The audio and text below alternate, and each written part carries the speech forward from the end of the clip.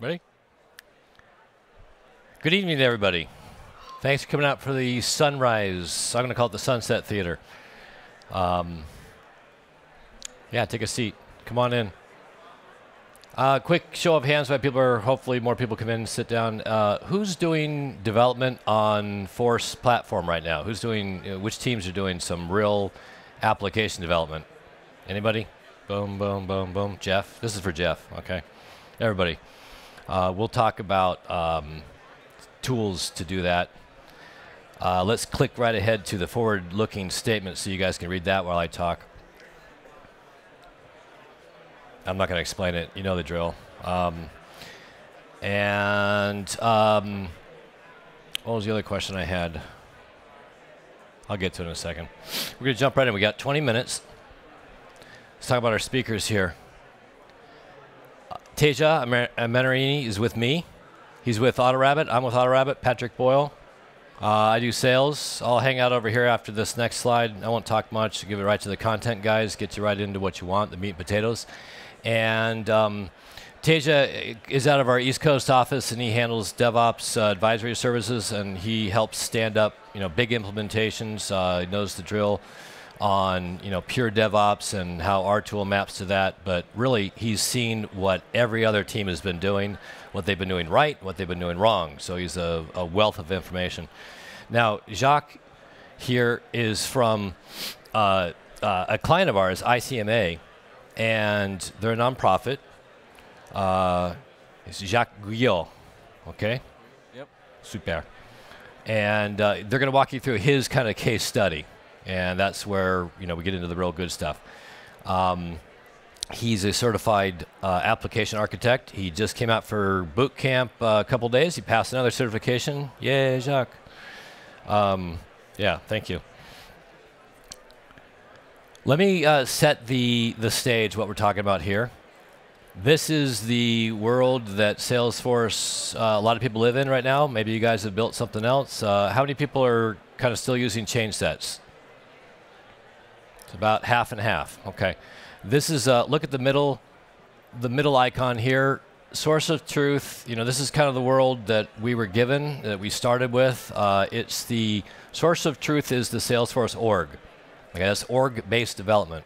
Okay, if you go to any other sessions, they're going to talk to you about source-based development. That's what we're going to talk to you about. Okay, but out of here, what do you have? The tools you have available to you are Changesets.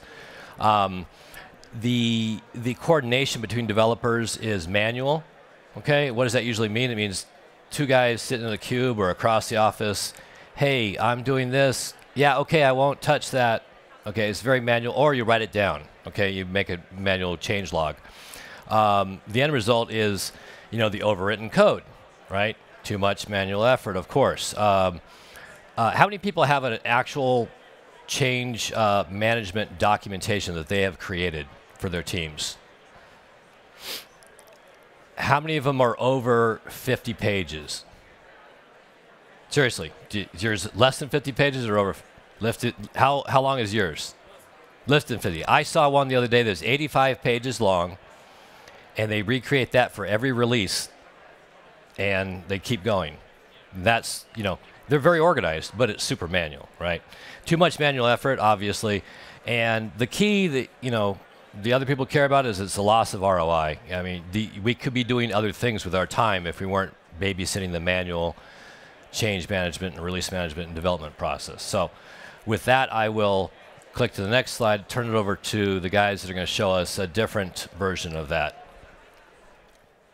All right. Thanks, Patrick, for the context.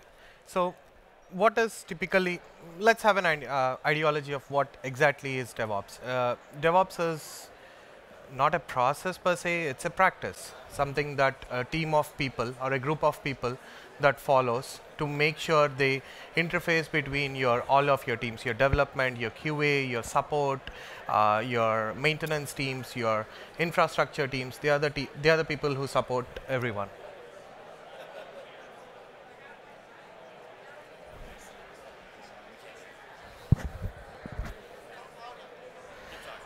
Okay, so the primary role of this team or this organization that is set up in the company is to govern the policies around the environments, how the changes have to happen, what kind of toolings we have to use, how should the development practice run, we should do it in this way, or what kind of development practice should be used, how the developers have to make sure their code are in compliant forms, what are the different things. So that is their primary role and responsibility. Their roles span from end to end. They start all the way when you're designing your application, all the way to moving your code to production and making sure there is an cycle back in terms of what exactly does the business want. Is it given or not? Those things are also seen.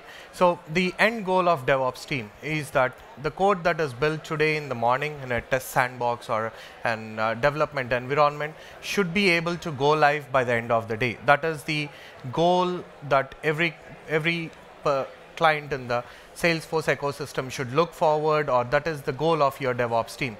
Now, kicking this to the next, why should any company adopt DevOps? Why should they actually think about DevOps or invest around time and energy around DevOps? Now, Jack, one of the things that we have seen at ICMARC is when we are talking about why DevOps, the first and foremost reason was better visibility across the teams and a shared knowledge in all the developers.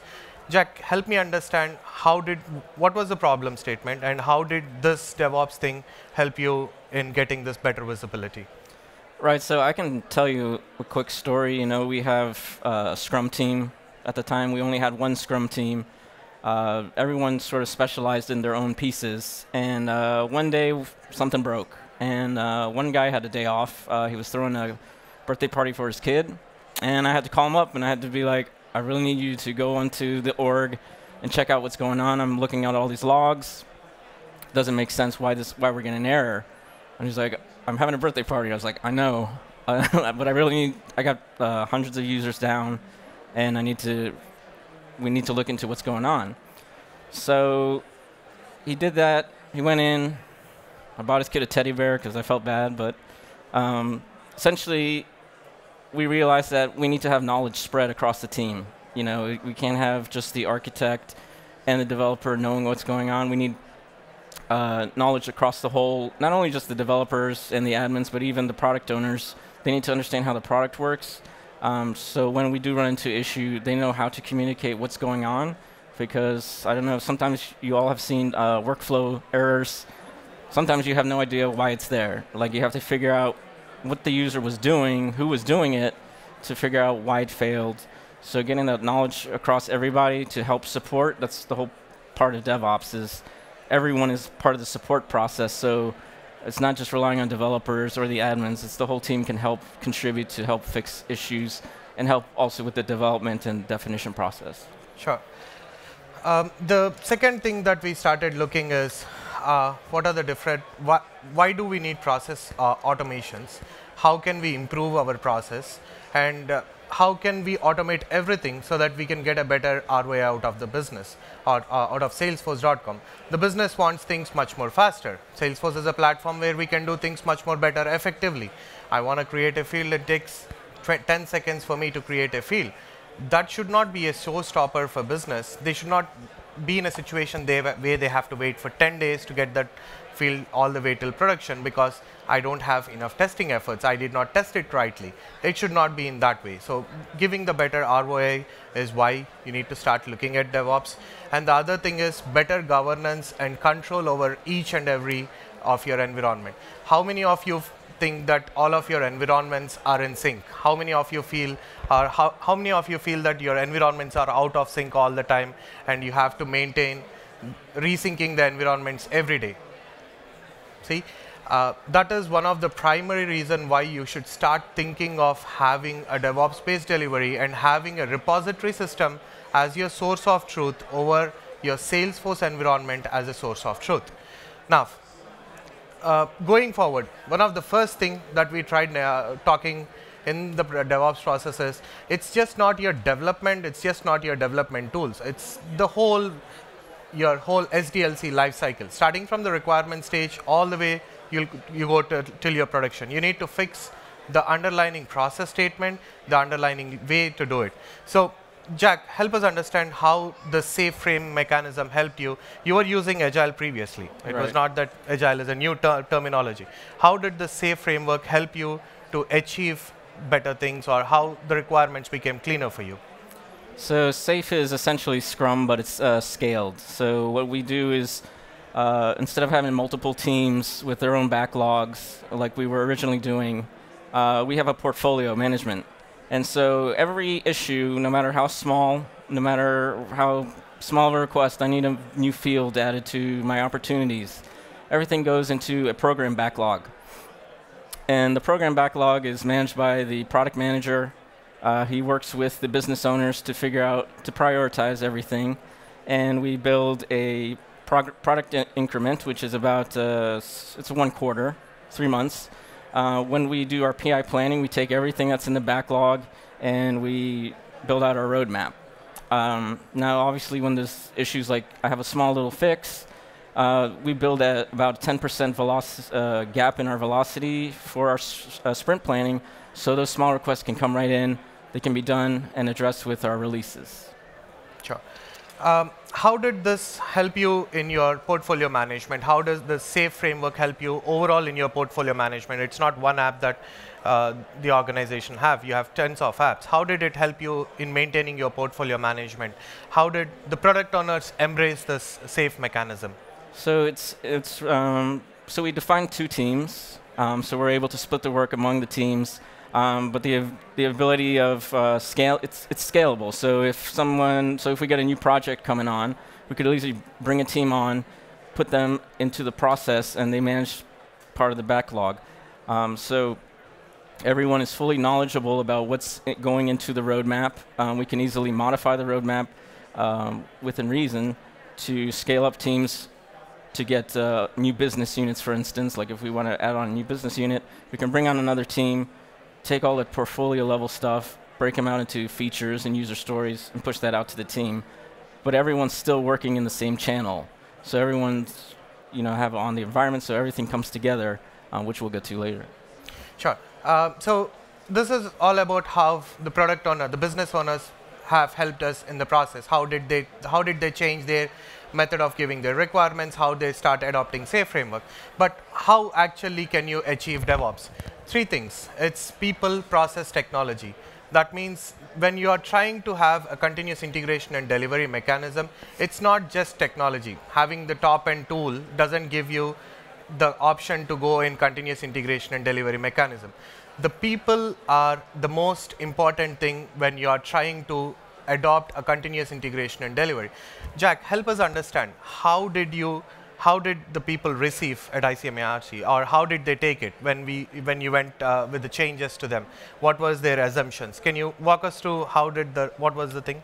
Right. So we had everyone from all walks of life. Myself, I was a DBA. I've been to Salesforce for a while. Didn't know a whole lot of repo information, product knowledge about the repo. We had some hardcore developers who knew all about Git and all that cool stuff. And then we had people, the business admins, and we also had consultants all coming in. So everybody had different levels of knowledge. So we really needed a tool that was unifiable, where everyone could be at least at a good product base so that they could get in, we could get started and get moving to this new methodology of putting everything up into a repository and having a single source of truth. But it just wasn't about the Salesforce execution teams. It's all about the business owners, product owners, Scrum Masters. Everybody had to be on the methodology that we were implementing with DevOps, where we have to plan our product increments and we have to plan our releases. So everyone has to think like a developer. One thing I kept reiterating to everybody on the teams was, you have to think like a programmer. You have to think of the model, the view, the controller, so that way you can separate your stories and we can kind of roadmap it. So it's trying to bring everyone to sort of the same equal playing field. But when it came to doing the work and checking everything in, because of the different walks of life, we wanted something that was we could easily ramp up and get people to use and understand with low impact. Sure. How did AutoRabbit help the developers making their life easy. What was the advantage you got out of AutoRabbit in this process? When the teams are trying to learn about Git, how did the AutoRabbit help you guys in this process? So we didn't even really have to teach anyone how to really use Git. All we did was we send them their keys and say, hey, we drafted them some information. We did some training sessions. Say, this is AutoRabbit. You log in, you enter in your credentials for your Git repo, and that's it. We did all the management as far as administration, assigning everyone to a branch, getting all the CI jobs laid out. So they just go into their sandbox. They do their configuration, they check it in all through AutoRabbit. They don't have to know any CLI or anything like that. And then we merge the branches also through AutoRabbit. So it's very easy to use from a UI perspective. Sure. So the next thing that we started handling after the team got habituated to Git and once the developers got empowered is process. The first and foremost thing we started doing is we started introducing test-driven development mechanism. We asked the developers to first have a proper test case before you write or you start building an application or a Apex class or a controller, whatever it is. First have a proper test script. Then we started looking at governance policies. The first and foremost thing what we did was we stopped having all the development teams and the QA teams or the business owners, everyone, we started taking away their admin accesses because the minute everyone has an admin access, it's a habit. It's a mindset change. It's a culture change that needs to be adopted. So we have taken away the access. Now everybody is made mandated to make the changes in the development and go through a proper pipeline only, which has helped them over a period of time. Now, the next thing that we tried to do is we started moving away from a quarterly release schedules and we started coming to monthly release schedules. There has to be some value to the business. The business must have to see the development of the code much more faster. That's the core concept of Agile or DevOps or continuous integration and delivery. Then we started defining quality gates everywhere. So when I say quality gates, previously every time we have how many of you do your security scans right before the release or just a couple of weeks before the release? Most of us do our security scans just 1 or 2 weeks before the release. So what we did was when the code is moving out of the development system only, we enforce the policies. We started creating automation in such a way that the security scans will kick off, and before the developer is pushing the code to a QA environment only, the code is scanned, and if there are any vulnerabilities in the code, that particular commit or the particular story that he is trying to do is rejected and that particular story goes back to development. So bringing that kind of smooth transitionings or that kind of policies has helped us in a longer period of time. Now, there are always changes. We need to change our release dates or everything. So what we did was we went to the leadership, we went to the CIOs, we went to the leadership and asked them, guys, stay with us for a couple of months. See how we are doing it. We got an buy-in from the leadership telling that the release dates are fixed and there will not be change in a particular release date, so that a proper roadmap is laid from a product management standpoint, from everyone's standpoint, and we are able to, if there is a change that needs to be done in a particular release date, the people have to go to a VP level person and get an approval. That is something that you really don't want to do on a day-to-day basis. So that's how we were able to get people to look at that particular process and stay with that particular process. So the last and foremost thing is technology. What are the different things we did in technology? We started using AutoRabbit as their continuous integration and delivery tool. We started migrating all the developers from a basic development strategy to a Git dev based, or they started using Git and they are using AWS code commit and everything. Why AWS code commit? Why not Bitbucket? It's an enterprise policy thing. The organization is moving towards AWS. The AWS code commit has been picked up. Now, we started having an agile management system, which is your Jira, version 1 and everything. Every requirement has to be there. It has to be product backlogged and everything. And we integrated with the top security checks tools like code check marks or Apex PMD. We started writing, these are the organizational policies that needs to be followed, and every time a developer is trying to push his story into the QA environment, the code checks tools run, and they make sure that all the policies of that organization are followed. Then, finally, last but not least, Selenium testing has been introduced to them. A Selenium-based testing platform has been introduced to the organization, where every development team, if there are 8 development resources in a particular team, there are 2 Selenium resources who are always making sure the scripts are updated, so that the manual testing effort is lost from day one only. You need not worry about, I went all the way till pre-prod, now I need to run my regression, but this particular sprint level test scripts are not ready. So that is not the situation. So we started having the QA people also embedded into the development teams, which has given them better. Now, we spoke about how did we do, what did we do. In reality, what exactly their code pipeline really looks like, how their environmental policy or their code pipeline really looks like. If we see, Jack, help me understand, why, can you give a brief about how did this come up and what exactly is the thing?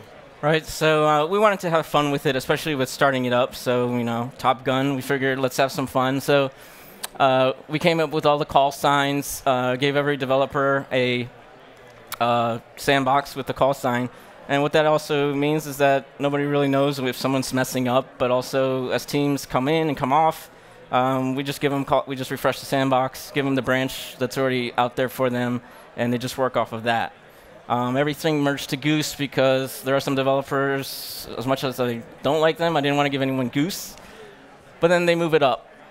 So we have sys-test, and then for all of our Apex and regression test scripts, and then that moves to UAT for our user acceptance testing.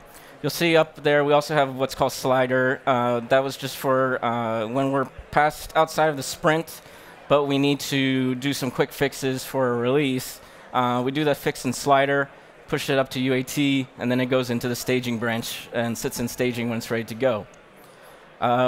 We go to production, and I mean, you know, as good as repos are and all of this new technology is, we still run into issues. So we created, we have Jester up on the side there to fix those small issues. We also created windows for us to do some patches. So those really small issues, like I need a new permission to this field, or I need a new report, anything that we had to do through a repo, we can just pretty much go into Jester, create it really quickly, and push it up. Okay, so this is how they did, but what exactly is the value definition from this? What did we get out of this whole process? What is the value definition? Jack, explain us the value definition that you got in the last 1 year. Right, so we went from 4 releases last year. We're moving to 20 planned releases, so we're getting increased velocity. It means our releases are smaller. So that's, again, comes down to the whole safe and PI planning, where we have to make sure that we build our releases with features at that higher velocity. So it is a new, change of thinking.